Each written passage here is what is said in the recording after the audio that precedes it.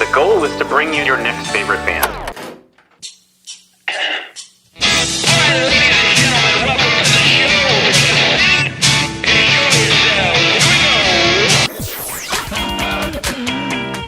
Sweet, that intro is my new favorite band. That's phenomenal. I'm so excited to be on. Yeah. I heard a rumor that you might be able to play that song live today. You heard correctly. Yes. Excellent. So, good enough for rapping. I don't know when I rock out here on your next favorite band show. and listen, it's going to be everybody's favorite band. Like, Phil, you weren't supposed to make me get all... God almighty, but this Phil. is why we do it. Like, seriously. I gotta gather myself. All right, go ahead. Okay. Welcome to your next favorite band. That's both the show title and our promise to you. We here at Stereophilia Studio are tireless in our pursuit of finding incredible, genre-defiant artists who are either a hot, up-and-coming band or a group that has been delivering for years but have flown under the radar. Tonight, we honor and celebrate 50 years of the Bethlehem, Pennsylvania legendary listening room, Godfrey Daniels. Each month, we will bring you live streams, audio podcasts, and perhaps even a live concert where you can listen to the stories and hear the music of artists personally curated by us based on what we feel will be worthy of your time. Be sure to subscribe and tune in to each episode because the possibilities are endless and you never know who will be your next favorite band.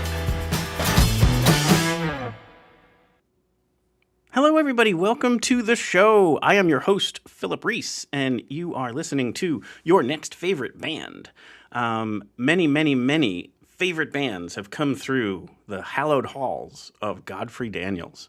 50 years ago, March-ish, so a little bit more than 50 years at this point, they had their first concert, and we will be diving into some of that early history with founders Dave Fry, and one of the early ones, John Gorka, and they were gracious enough to come on and talk with me at the same time, because then it was great to hear them banter about some things and share stories about some very, very cool moments in the early years and then how it has kind of transitioned over time.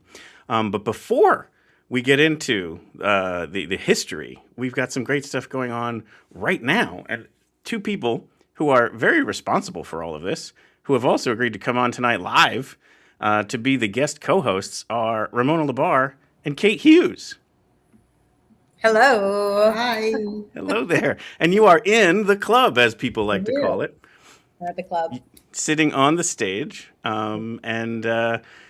Thank you for coming on. Thank you for all that Godfrey Daniels represents and provides to the community. And like I said, I'm excited. You're going to see the interview tonight with Dave and John for the first time, just like the audience will be. So I can't wait to hear your kind of take on things as well. Great. Thank you. Thank you for having us. This is exciting. It is super exciting. I mean, anything that goes 50 years, I mean, it's quite an accomplishment and is worthy of as many accolades and flowers as we can lay before it. But there is a gala. There is a Jubilee. There is a very cool thing happening this very weekend. So let's start with that. Like, let's talk with the fact that how can people honor this moment? They can come to this event. So I can bring up the website that has the page about it while you guys talk about it. Okay. I'm going to let Kate start. She really brought a lot to the table here. Kate graciously offered to chair our 50th anniversary committee, and she's also our development director. And so she's been fundraising and organizing and creating this Jubilee. In fact, Kate brought that word to us to use. So, it's a very cool word. So happy. I'm so happy about all of it. Oh yeah. Well, thanks for saying that. But I mean, obviously, nothing would have. I gotta move over this way. Nothing would be.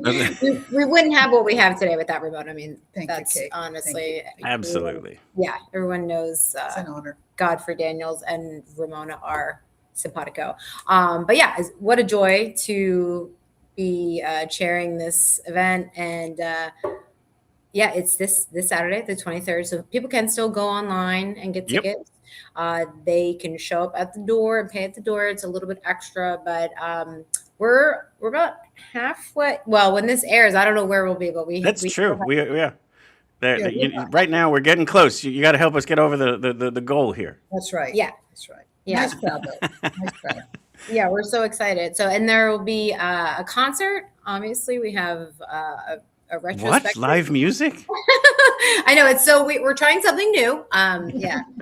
So, yeah, Larry and Teresa, and then we have an opening act as well, and then we'll have a retrospective in the gallery at Foy Hall, and we're just so thrilled. And we have our 50 voices, 50 years, 50 voices, people from throughout the community. I think I heard Philip Reese's Yeah, that's right. for us as well. So it's just a night of celebrating. I mean, it's 5 decades of Right. just, and you've been here, you've been on this stage, you've been in the audience, and it's just a really, really special place. And Absolutely. we have a big announcement. We have a big announcement. That's right. But we're not going to say it tonight. You got to No. buy your tickets to the show, and you can get the announcement in real time on Saturday. So let's talk about just kind of like the particulars. It's not at the club because you wanted to sell more tickets. So Right. it's at Foy Hall, Yes. which give people a little bit more frame of reference on where that is. That was Ramona's pick. We were trying to figure out what venue could we have that was, in Bethlehem that could seat a lot of people, but sort of have that intimate Sure. feel. Still have as that kind of well. same feel, yeah. So she said Foy Hall, and we're like, yeah, let's do it. Moravian University campus, right? And we Yep. were there about 10 years ago for the 40th celebration. Oh, yeah, there you go. So, yes. And I'll mention that Moravian University, formerly Moravian College, is John Gorka's alma mater. There you go. We do touch on that in the interview, and that's a great through line as well. And it's a lovely theater for people who haven't been there. It does seat 400. The acoustics are magnificent. Sure.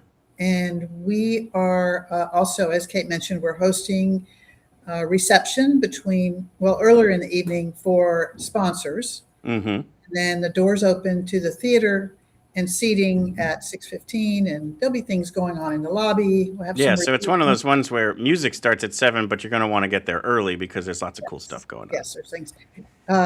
Lehigh Valley Style magazine is bringing their Style Wall will be Yep. there. taking Perfect. photos, As there should be. So yeah, so it's just, and so many people in the community are supporting it.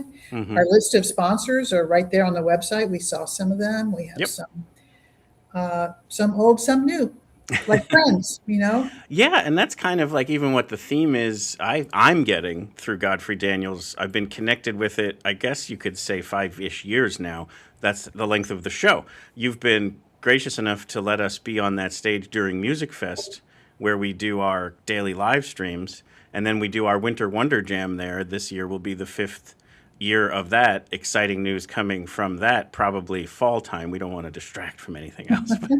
But spoiler alert, we'll be back on the Godfrey Daniels stage, Yes. coming in December for our 5th annual Winter Wonder Jam. But I just mentioned that too because it's like you're adapting too. It's almost like you are like, here's this, local podcast about music. Let's let them have some time here.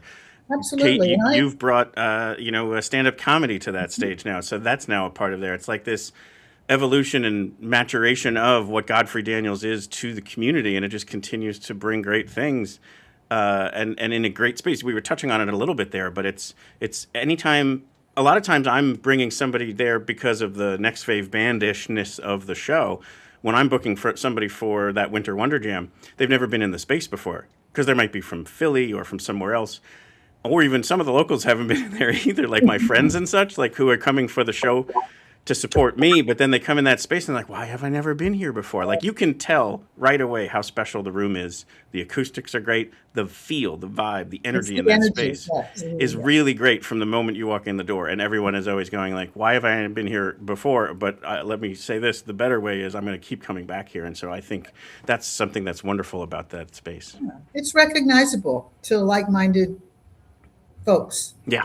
And I just want to interject here that we can't think of a better use of this space while we're dark on summer hiatus than to have your next favorite band in here every day during Music Fest. That's true. Absolutely. Absolutely. That is so cool. Yes. Thank you. No, and thank you. I mean, like, what I'll never forget, though, is the first year I asked you, and you said yes without batting an eyelash, and I didn't think I was going to get a yes. I was just like, well, let me try Godfrey's. It's so perfectly located for Music Fest.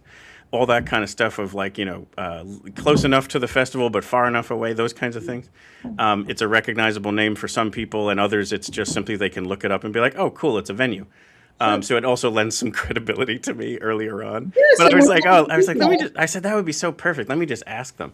And you were like, yeah, sure, that sounds good. And then Awesome. how many minutes later was it that I handed you a key to the front door? was not many more minutes, but I can't He tell doesn't you do how. that for everyone. Just No, right, yeah. It was. there. I was so honored, and I was just like, "Don't f this up, Phil." Like, Yes. No way. do not screw this up. Like So anyway, spirits, yeah. no, it was great, and thank you for that. And again, super congratulations. I guess we do talk about in the interview with Dave and John things like what's on the walls and how the place started. But I thought maybe before we tap into their backstories and how they kind of talked about the club's origin, wanted to get your kind of backstory there, Ramona. Like how was it for you to get connected to it all? So I started coming right before the club turned 10 years old. Yeah, right before. Moved to the Lehigh Valley in autumn of 1985, and within 6 months I was attending concerts here. So the first one I saw here was Nancy Griffith. We saw Mose Allison here, who is legendary. Yep. We saw Rory Block here, a terrific blues artist. And then after that third concert, back then it was a very regular thing for the MC to call for volunteers from the stage. And so I answered the call, and then the rest is history. Seriously, within 2 years, I was invited to serve on the board, and I was helping with the mailing list. Here's a little bit of trivia. The mailing list at one point was 8,000 pieces of mail a month, because we just were collecting names and addresses from the beginning. Sure. But it became an expense that we had to pare down, and we took about a year to by segment, just remove groups of addresses. We notified people, if you're a member, you stay on it. If you want a subscription, it's X amount a year. Mm-hmm. And then eventually it was, I think in 2012, we just went on totally online and no more print. It's digital, yeah.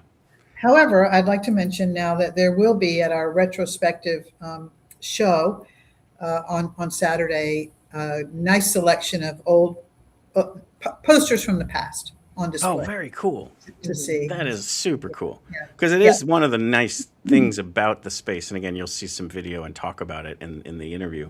But the walls are adorned with incredible legends. We'll use the phrase again as we head into the interview. But like, there's instruments, there's images, there's posters and stuff, and it's just such a like an homage to the legacy of the place. And I think it's a very cool kind of just. Again, if you show up early and you can look it over, it's really, again, worth your time. It's practically like the museum of the space. That's Dave's eye also. Dave Fry arranged everything that's on the walls. Sure. He arranged it. He could be an interior decorator. Yes, for sure. The instruments, his mother gifted him every chance she had with an instrument, over the years, and they all just eventually went up on the wall. So, yeah, thanks, Dave. Yeah, absolutely. And that's a great segue to this. You hear Ramona using the word, that person's legendary. It's right in the title of the place, the legendary Godfrey Daniels.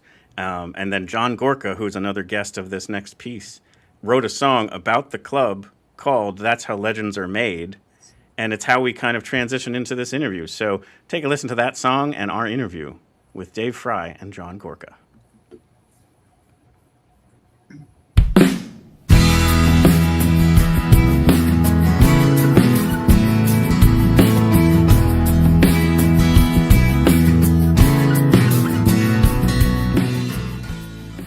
So you are hearing there the track, That's How Legends Were Made. And I've got two Lehigh Valley music legends here that are responsible for this very track and the reason why we're gathering tonight, Godfrey Daniels. So John Gorka, the writer of this particular song, Dave Fry, the performer of the version that we're listening to today. Thank you so much for coming on the show today. Thanks for singing it, Dave. Yeah. Hello. Hi, Philip. Hello there. We're going to spend some time here talking a little bit about both your personal histories, but ultimately more how they kind of led you to the Godfrey Daniels, either forming it or, being part of the literal foundation in that you stayed in the basement. But a lot of fun stories I'm sure we're going to get to here. But why don't we talk about this track first? Like, written in, if I understand it right, 1983. Yeah. And very inspired by the very venue, Godfrey Daniels. Yeah, I think it was written in July of '83, because it was after Stan Rogers, who was one of my heroes, after he was killed in the plane fire. And it was a big, tragic loss. It was a big shock to us and to Godfrey's, and just so yeah, wrote it then, and been performing it ever since. Yeah, absolutely. And then the performance, like we said, we heard today was from Dave. Dave, obviously, Godfrey's, you're a founder of it, and this song was written for it. It makes a lot of sense for you to perform it. Well, it's one of the ones that is immediately meaningful to me. Mm-hmm.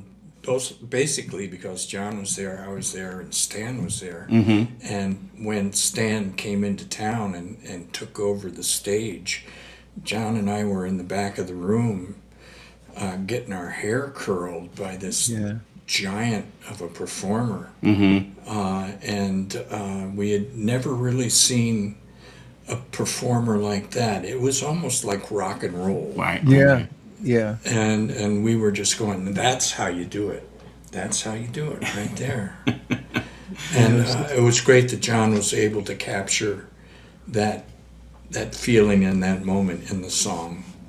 So it was a question I was going to ask later, but maybe this is a good time to ask it.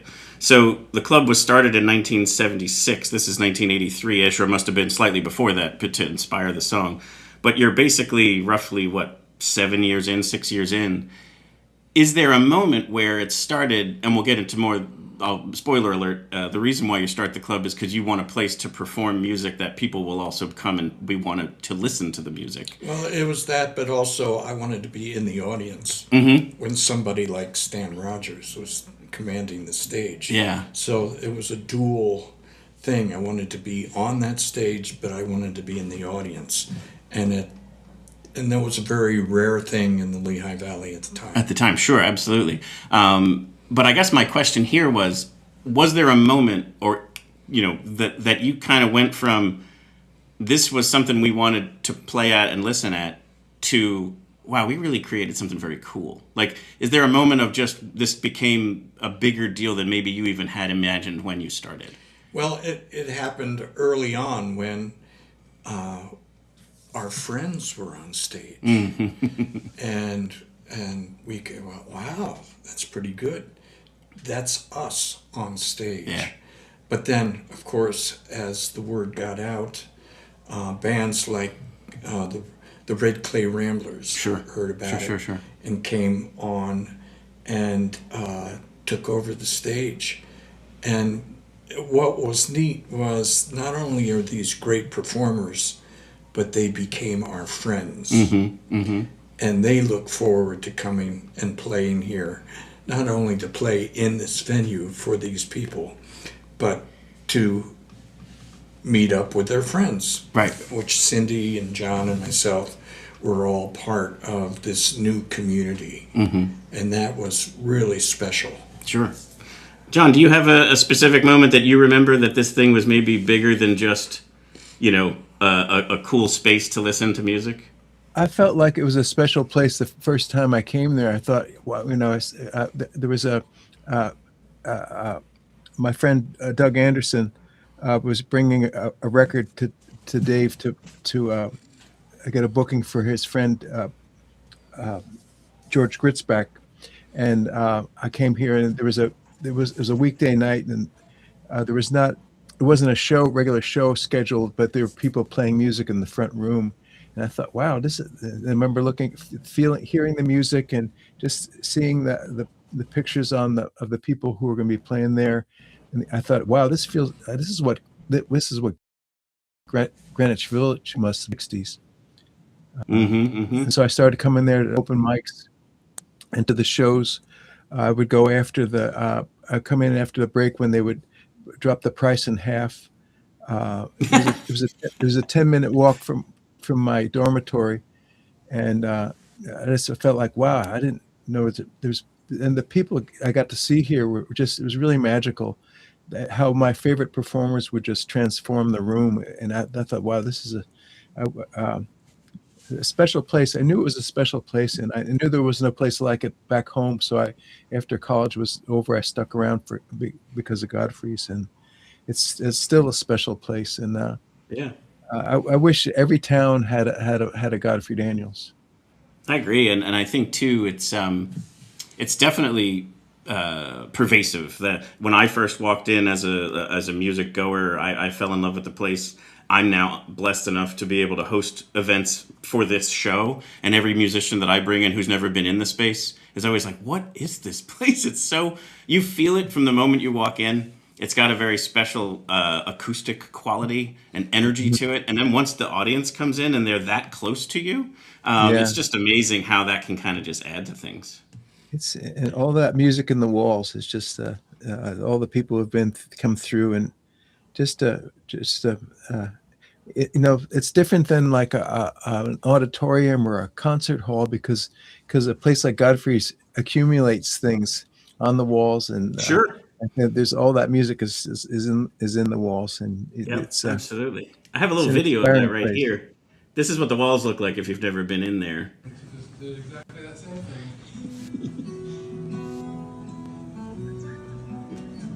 Warming up for tonight's performance, said he just did the same thing, and obviously we're listening to him warm up and tune his guitar. But there's a combination of instruments, iconic instruments that maybe are different for some people who have never played them. And then obviously a lot of great posters, a lot of great pictures. And like you said, John, like this is just such a testament to kind of like other things that, are going to speak to people when they walk in, whether you're a performer or an audience goer. Dave, actually, if you don't mind speaking to that, and then maybe even there's one moment that stuck with me is I like to talk to the performers, maybe down in the basement after their first set, and that's where the green room is. And I said, there was Jim Thackeray, fine electric guitar player, and I went down and I said, so what do you think, Jim? And he said, these people can see a pimple on your ass. And I thought, that's great, because that's the challenge you want to put in front of really talented people. Sure. So they have to rise to the occasion. Yeah. Just the same as the audience has to rise to the level of the performer. Absolutely. And that's where the magic happens. And invariably it happens every night. Yep. And I really like to sit back on the corner and on the trunk and watch the new people react. They're looking around, looking at all the walls, and then the performer takes the stage, and the magic happens. Totally. And you can count on it. And that's rather remarkable. Yeah, absolutely.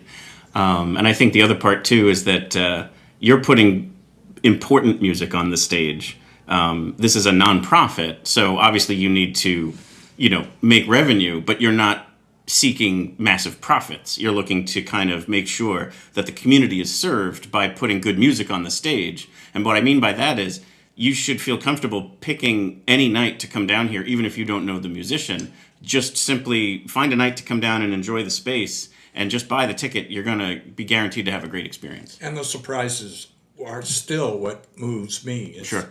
We had a guy from Ireland for the first time last night, and it was really neat to see him blossom on stage and realize that he was in a creative, safe space for him and his music. Sure, absolutely. And that's remarkable, and I love it. Absolutely. While we have you, if you don't mind, maybe if you could give us like a quick history of like where music found you as a younger person, and like what kind of inspired you to become a musician, and then we'll have John go and maybe stop right before the club starts to come together. Okay. Well, it was the Beatles, of course. I'm sitting there with my alligator clips on the speaker of my television, and I recorded the Beatles, their first thing, and I said, I want to play guitar. I want to get girls. So I worked all summer on a paper route to get like a $79 electric guitar from Lafayette Radio. Nice. And I got together with friends. How old were you at that time? I might have been 14. Cool. And started working at playing on my electric guitar. I had an amp that picked up the local radio station and it turned it on. And that's where I first heard Dylan. Wow. By accident. Yeah, by accident. And yeah, so it's all accidental, you know. But I grew up in kind of a theater aspect with being on stage, and also interestingly, or not so interestingly, being in debate clubs. So I felt really relaxed being in front of people. Got it. Thanks. And then when I finally started going to Lehigh, I got involved with the coffee house there called the Catacombs, producing small-time things. And then while I was at Lehigh, several large groups of folk musicians came through, and they had a series of concerts that I got to play in bands, opening up for people like Roy Bookbinder. And several festivals came in with Pete Seeger, Jay Unger, Rosalie Sorrells, various Chris Smither, various folks who I eventually booked. And it was at one of the concerts opening up for Roy Bookbinder and Fats Kaplan that I talked with Roy, and I said, I got this idea of maybe starting a coffee house in the old closed down donut shop next to the bar, the Lehigh Tavern, where I was playing quite a bit with my bands. And some of your frustration was you'd get hired to play, and people who were in the bar weren't there to hear the music, so they're talking and being loud and drinking. And so you were frustrated as a musician to not be kind of like having the audience engage with you. So I brought this up with the bar owner, and he said, there's an empty donut shop next door. Let's see if we can do that. And so this is what's today the Funhouse. Yes. Yeah. Okay. So what's interesting is that he had the street cred to be able for us to get tables and chairs and coffee cups and a hot dog boiler. Spinner? Ooh. I was downstairs selling hot dogs for a while. But thanks to that credibility that he had on the street, we were able to open up and get tables, chairs, carpeting. So let's pause there for a second. Sure. So now Godfrey's is about to open. John, let's get your backstory on like how music found your ears and didn't let go. Well, I met a friend, Bill Jimo, in junior high, and he was the first person I met who wrote songs. And I didn't think, regular people could write songs. So I thought at some point I figured, well, I'd give it a try. I sang it and played in the church folk group. A couple of shows in high school. I started playing the banjo. I wanted to, hearing dueling banjos when it came out, and hearing Flat and Scruggs on the Beverly Hillbillies. I just loved the sound of the banjo. And the first banjo I got was a tenor banjo, and I realized that wasn't the kind of music I wanted to Yes. play. And went to the 5-string and started playing guitar about 6 months later. My brother plays guitar, and he showed me some chords and let me borrow a guitar. And I started writing songs pretty much right away because it seemed like the things I could come up with on my own sounded better than the bad versions of other people's songs that I was learning. I mean, it's really important as a songwriter to learn other people's songs, but of course I hadn't really learned them well, so I had to work within my limitations. And I started writing songs in high school, and then when I came to go to school at Moravian College. The very first night they had a freshman orientation coffee house that I played at, and I met some of the other people. Russ Rentler played that night, and Doug Anderson was in the audience, and we started the Razzie Dazzie Spasm Band, and I started to run the school coffee house. I was a coffee house program person. And it was Moravian College at the time, now Moravian University, right? Yeah. Now it's Moravian University. It was Moravian College then. And I started just, organizing coffee shows on campus. And I met Dave, and I don't know if it was Stepping Out or one of Dave's bands played at the cafeteria, the student center. And I was knocked out. Dave's a great performer. He's never fails to be put on a good show. And I just so I got to meet him through Doug Anderson, who had played harmonica, and that's with some of Dave's bands.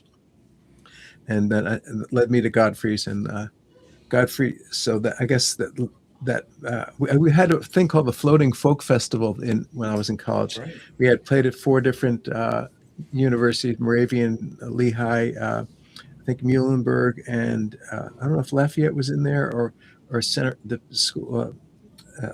school in Center Valley that I can't remember now. The Sales. Yeah, it's the Sales. Now that's the Sales University, I guess. So. Right. So and I stuck around Godfrey's because I didn't know of any place like it, and it became it was my real school, in terms of where you kind of loved your the music. All the people I got to see there, and I didn't want. It was really great to have John come to our open mics with his ragtag spiral notebook, and slap it down on a chair, and they go, "This is a new one," and then everybody at open mic would go, "Oh, that's a pretty good one." Pretty good one. Absolutely. But John, you also started writing songs about the community and the people in it, and so there was a great grounded inspiration with your music that these are the people we see on the streets, and the streets that we know, that we live on, and it was great to see the practical nature of your growth as a songwriter. Oh, thanks, Dave. The thing that made a difference, I grew up in Colonia, which was a suburb, and so there was a part of Woodbridge Township, and the thing that I loved about Bethlehem when I first moved there in 76 to go to school was that it has a proper town. They had a north side and a south side, a main street. Sure.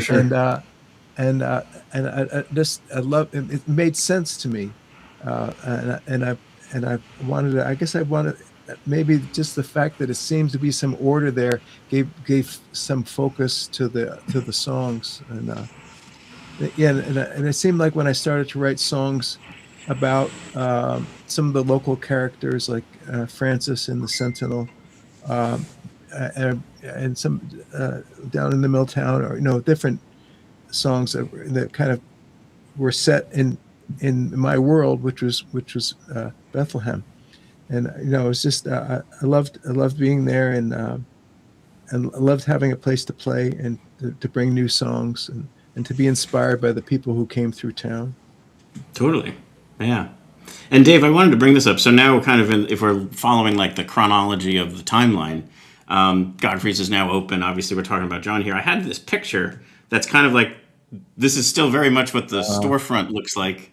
But I kind of wanted to, you're in the background with the hat on. Well, I guess everyone's wearing a hat. And actually, you can see Cindy behind onto my right. To your right, correct. And Jade the dog. Oh, yeah, the Jade. Oh, that's fun. Jade. And Jade. Jade's looking for a treat from Bill. Mm-hmm. But this is the Red Clay Ramblers that would come into town and do an outrageously great set of music and fill the house on a Tuesday night. Wow. And we're grateful for these guys. They were probably one of the best touring folk bands at the time. Ever. Mm-hmm. Yeah. And they adopted us. Mm-hmm. And you also see it says Positively 4th Street. That was our logo for a while. Very cool. And then there was one other, so we talked about the walls. That was some of our early parts. I wanted to bring up the quilt. So there's this iconic quilt that was made. There's an image of it. If you're listening on the podcast, you can kind of check it out on YouTube or go down to Godfrey's and see it in real life. I wanted you to speak to this because it has a very special meaning and a great story behind it. Yeah, in fact, very wonderful volunteer, Brenda Brown, decided that we needed something behind the stage that would stand out. So she designed this quilt with the Godfrey Daniels logo, and what is amazing is that logo is the backdrop for so many performers that come through. Yep. And we see it up on Facebook all the time. Yep. But what she did, she went a step further in that she took John's song. Yeah, the one that played off the top. Right. How Legends Are Made, and embroidered the notes to that song. Yeah. So were you to look more closely or zoom in, you'd be able to see there's like music staff kind of notation on there that is giving you how to play that song, which I just think is super cool. Yes, and the fact that one of our volunteers came up with this song herself, and it was a tremendous gift to the club, and remains a focal point for everybody that gets up on that stage. Yeah. So here we are now, the 50th. If I remember right, it was like March 19th. Yep. It was the first performance within the space, 1976. So it was 50 years, a couple months back. But there's a gala that's happening. We talked about it off the top of the show. So we're going to spend time here sticking with the history because obviously there's the gala is intended to support the organization, the nonprofit that's doing all of this. Let's say you can't make it. Let's say you're just either busy or you're farther away. Maybe you don't live nearby. You can still support the organization in many different ways. Obviously, you can become a sustaining member. You can come and buy tickets to a show. But there's also, if you like these stories, the historical stories, there's this book that you came out with that's available for purchase. And it's got wonderful kind of like the throwback pictures, great stories. I mean, it's such a wonderful kind of like dedication and a celebration of the space. And all the Martin guitars in that book are all scratch and sniff. So it's just an amazing effect. It's a technical feat. But it's a book that's you can purchase it on the website. That's right. Or if you're in town, you can stop by and pick one up. So again, like there's other ways, so many other stories that we're breezing past here. Also, I'd like to mention that I do weekly radio. Sure, that's right. On WDIY and on Folk Music Notebook, where we take the archive sets of music and put them on the air. And once again, that's another way of getting your ears inside of the club to hear what the crowd sounds like. And WDIY is streamable, so you don't have to be in Pennsylvania or even nearby to get it. You can go onto the WDIY website or download their app either way is a great way to listen to it. So you'd be able to listen to Dave Fry and these archived performances And you get to every listen week. to the audience That's right. respond and also hear the performers introduce their songs. Sure. And that's all part of the folk experience. That's exactly in the right. Club. Yep, absolutely. John, any other words of kind of wisdom or stories from Godfrey's you would want to share here?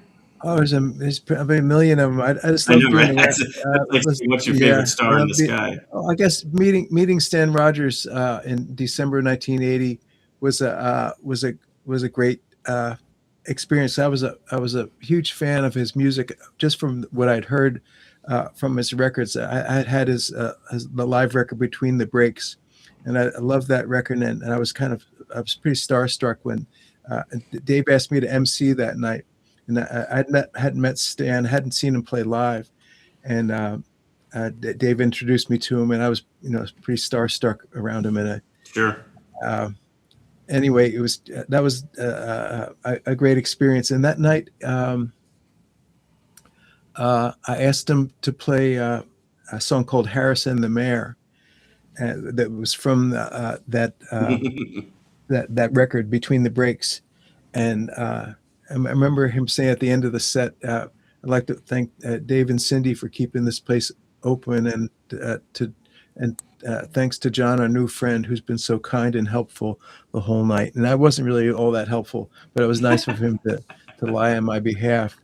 And I asked him if he played Harrison the Mayor, and then he said that, and then he played Harrison the Mayor. That's and that's on your new album. It's on my we did a version of it on a new record. Yeah. And Dave, I just want to say, go ahead. Just the other day, I went to see Garnet Rogers, Stan's brother, at the Cedar Cultural Center in Minneapolis, and he ended the set. He did his encore was "Here Comes the Sun," which is the first song that Dave played at Godfrey Daniels, the first song ever. So. Oh wow! Well, there's some nice trivia right there. Yeah, that's great. That's neat. Yeah, Thanks. and I just kind of wanted to mention, I wasn't kidding. You did live in the basement of this very building. Yeah, summer of '82. Yeah. Yeah, and then also helped obviously with either opening for bands or being the soundboard or whatever. You were very much the fabric of this place. General purpose volunteer. Yeah, and some of the people I opened shows for opened doors for me in other parts of the country, like Jack Hardy and Nancy Griffith and Claudia Schmidt. A lot of big help. Yeah, and you've become a world-renowned performer, 11 albums and lots of basically just accolades across the board as far as a storied career there as a singer-songwriter. I think there's 15 now, but my apologies. That's okay. But I'm just happy I got a chance to do this, and that was because of Godfrey Daniels. That's Leo Kottke says he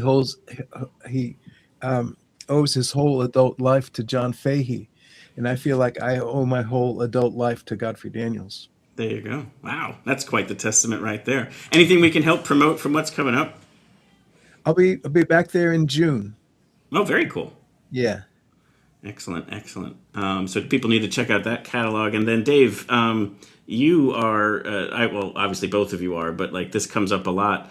Such an influencer, not just because of Godfrey Daniels, but I've heard from musicians that I've had on the show that they learned how to play guitar from the DVD that you were on through PBS on how to play guitar. So you've created musicians in our community that basically owe it now to you. Well, I'm sorry about that. but also having played in schools, elementary schools, for years and years and years, I really get a kick out of some of these musicians saying, "I saw you in third grade." Mm-hmm. And that even has happened with some elementary school music teachers. Oh, wow. Who say, "I first saw you at Freemansburg in third grade." Yeah. And so all the inspirations that are just echoing through, it's just it's so powerful on just how you can make somebody feel like that they can do it, and then they go do it. And a space like this is welcoming in that way. It's just really just such a beautiful thing that Bethlehem has. One card that a kid gave to me after the show, and it's just like it's motto time. He goes, Dave Fry, you gave me the courage to sing in front of people. Wow. That's great. That's great, Jake. Mm-hmm. That is great. Great? Yeah. And I know you're on the lineup for Music Fest this August. The only person that's played, what is it now, all 43 of them? This is 43rd, I believe. How many? I think it's 40. This is the 43rd. 84, I played them all. Wow. Yeah. Yeah. So that's an incredible feat, and congratulations to you on that. Anything else we can help promote for yourself? Buy me lunch. So there you go. You can buy lunch for Dave Fry, probably before coming to see a show at Godfrey Daniels, and then buy the book and come to the gala. Like, there you go. It's just buy the book, buy the lunch. There you go. Scrapple. Scrapple is delicious. But so, John, we had mentioned we're going to play things out here with an old folk song called "Wayfaring Stranger." Do you want to set that up? And it's performed here at Godfrey Daniels. All right. Well, it's a song I learned from an Emmylou Harris record, "Roses in the Snow," and I always loved it. And I just more and less recent years started playing on the little electric guitar because I wanted to learn how to play slide in open tuning. So I've got this little Epiphone Les Paul Pee Wee guitar. I don't know if that's recording of this or not, but okay.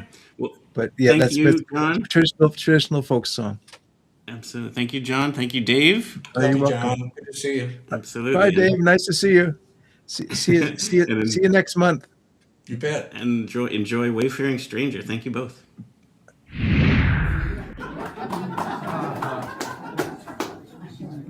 This is an Epiphone Les Paul Pee Wee guitar. I think it was originally manufactured and marketed as a kid's guitar.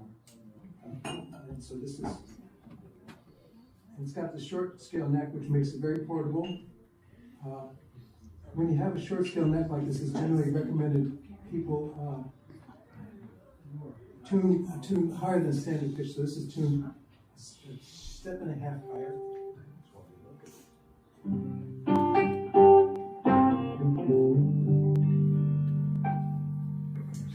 I've been calling this a much less call. Sing a folk song for you. I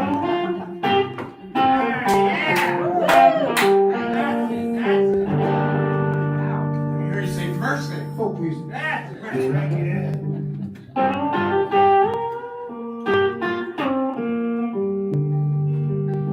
They may poor, wayfaring stranger, traveling through this world of woe. There is no sickness, toil, or danger in that bright road which I go. Going there, see my Father. I'm going there.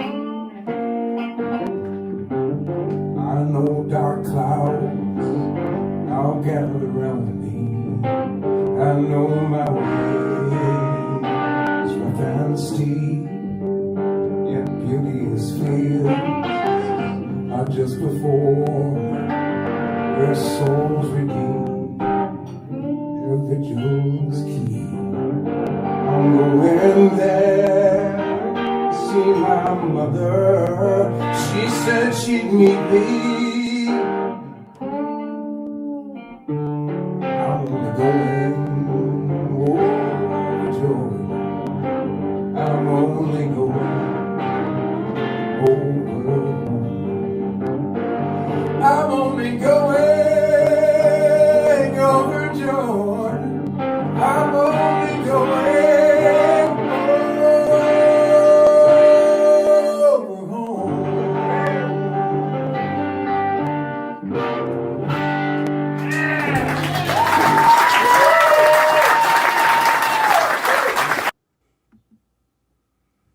So there you had well, first of all, let's talk about the Wayfaring Stranger rendition there at the end there, right on the Godfrey Daniels stage with Dave Fry on the stage as well.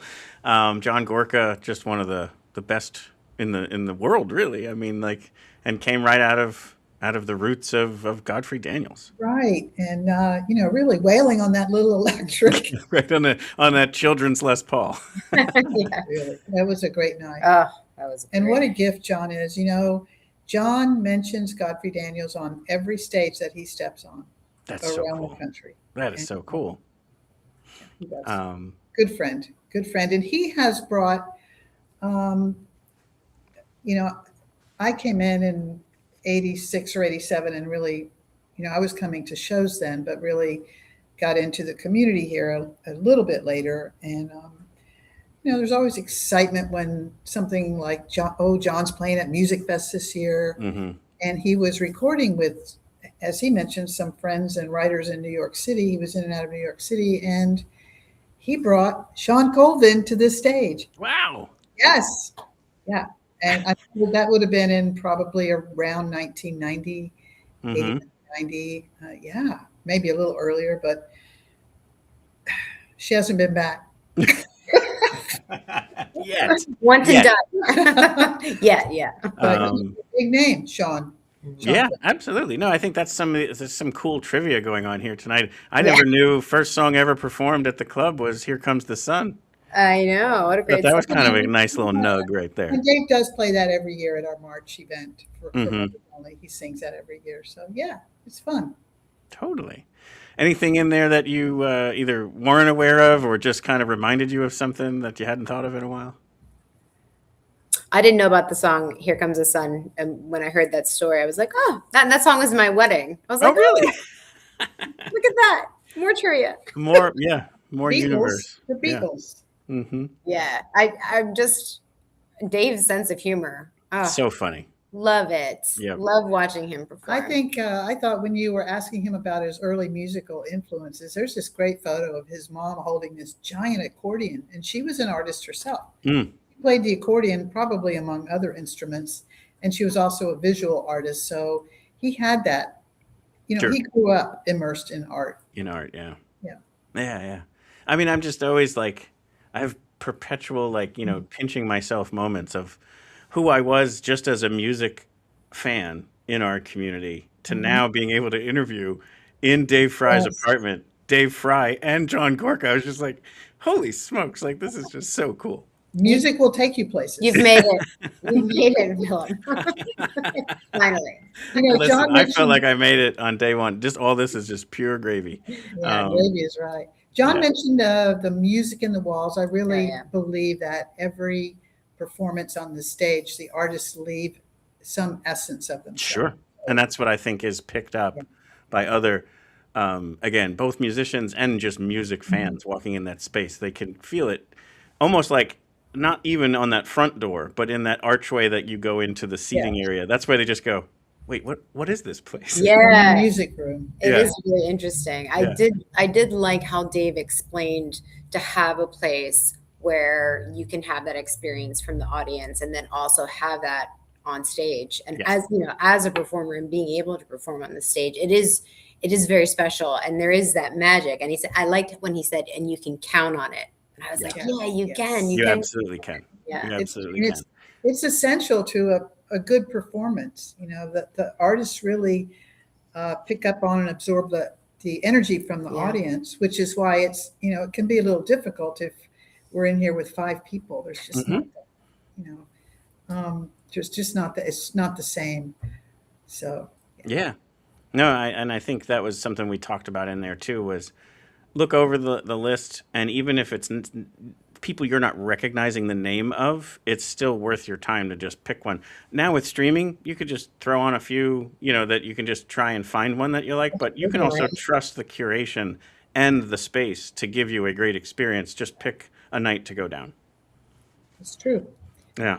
It's a little easier now on one hand than it was in the old days, because we were doing this printed poster with just little paragraph describing the artist, and there really wasn't a way, unless you're buying their records, or if you're hearing them on the radio, there wasn't another way to know what was going on if you didn't know that artist. Now today, Kat puts up the videos, artist videos with on the event page. That's true. Yeah, you can just click on the YouTube videos that are part of the posting for that particular night's performers. So yeah, you can even just help yourself right through there. Yeah, but I guess the more important point of just make a decision to go down and then find a night. Like don't think whether you should or shouldn't. Like you need to go and experience it. And I guess let's spend one moment kind of reminding people about the Jubilee. I'm going to bring that back up again. Yeah. So that's this coming Saturday, the 23rd. Mm-hmm. And I did want to mention this. So tickets are $80, $85 at the door. But there's a purpose to that. We're supporting the venue. Like, obviously, it's a special night, and you're getting some extra stuff there. You're getting to hear the exciting announcement. But you want to support an organization like this, a venue like this, that's doing special things, that's been doing it for so long. And so, don't necessarily think about the ticket price in any other way other than just this means something. The space means something, and support it.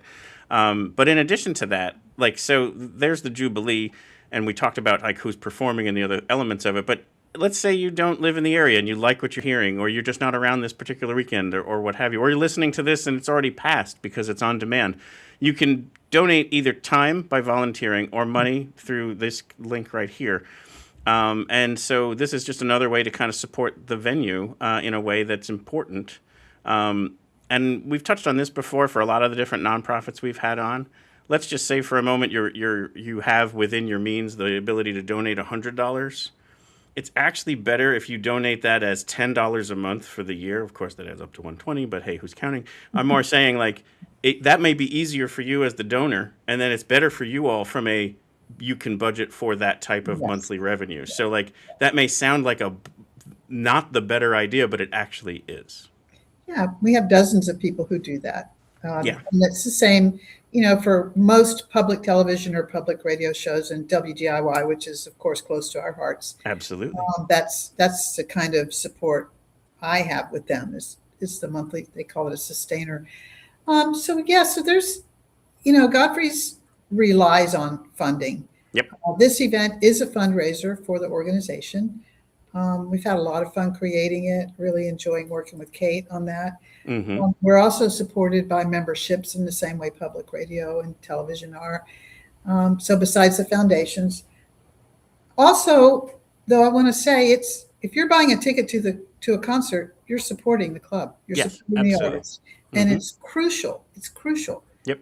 To do that and I've heard artists say that from the stage here, if you want this kind of thing to be around for you to enjoy, that's how you have to support it. And you don't have to buy a ticket. Listen, I learned really early on after I bought tickets to 3 shows, and then I started pouring coffee and serving brownies out at the front counter. Wow, I can hear this music for free. Just come and hang out, serve the customers with a smile, and still you're meeting the artists, and it's just a wonderful community to be part of. Really. It really is. It really is. Ramona, thank you for coming on and for all you do year round, and also for letting me come on the stage during Music Fest. And then I can't wait for the shows later this year. Kate, thank you for putting together such a wonderful Jubilee and an honor and kind of homage to the venue and what it has meant and where it will take things to.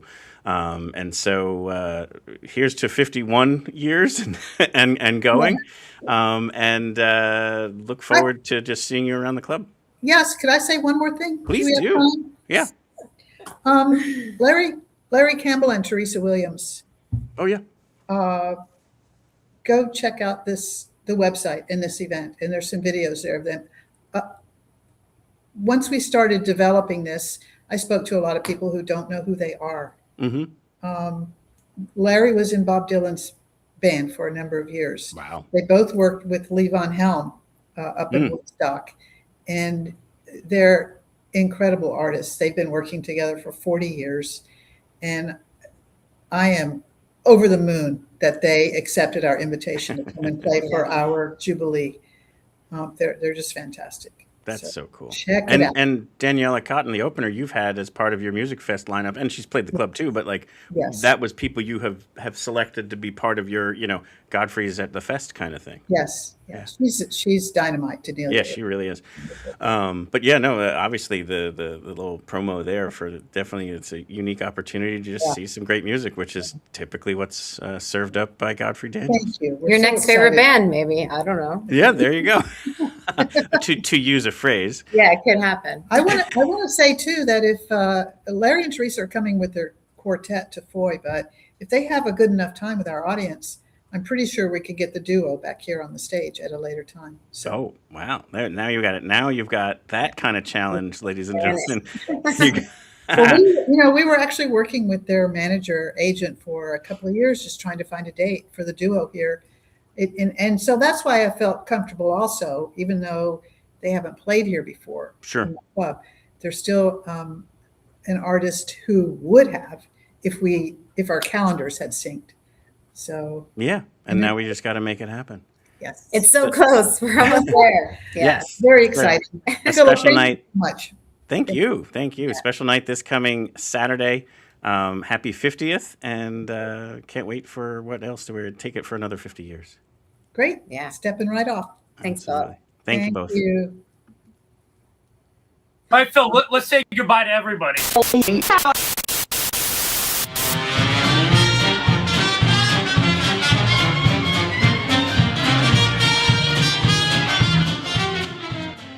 We hope you've enjoyed this episode of Your Next Favorite Band. We'd like to sincerely thank Ramona Labar and Kate Hughes for joining us as guest co-hosts to take us through everything, and then also to Dave Fry and John Gorka for joining us in advance of tonight to pre-record an interview that was about the history of the club, the early years, and the kind of evolution through it all. And then, like I had asked them, like, when did you know you had something special? And they knew it almost right away. And I think that really speaks to just the magic of the place, and something you definitely want to check out. There'll be links in the show notes for you to click on to learn more about the club, purchase tickets for the Jubilee if you can make it to it, or ways to kind of like also support the club either through like being a sustaining member, or just making a donation, a one-time donation, or volunteer your time there. That's all of that is super important and helpful. Just hope that you can find ways to support what a great gift it is to the community here in the Lehigh Valley. As always, our hope here is to bring you your next favorite band. If you tuned in tonight because you already knew Dave Fry, John Gorka, or Ramona or Kate, or Godfrey Daniels, or all of that, thank you so much for tuning in. We hope you like what you heard and what you saw, that you might give us a like, a subscribe, and or a follow so that we can bring you your next favorite band in a coming week. Or your next favorite band might already be out there at NextFavBand.com or our YouTube channel at NextFavBand. All of our prior interviews are out there and ready to be watched or listened to on demand. So, hope to see you at a live show soon.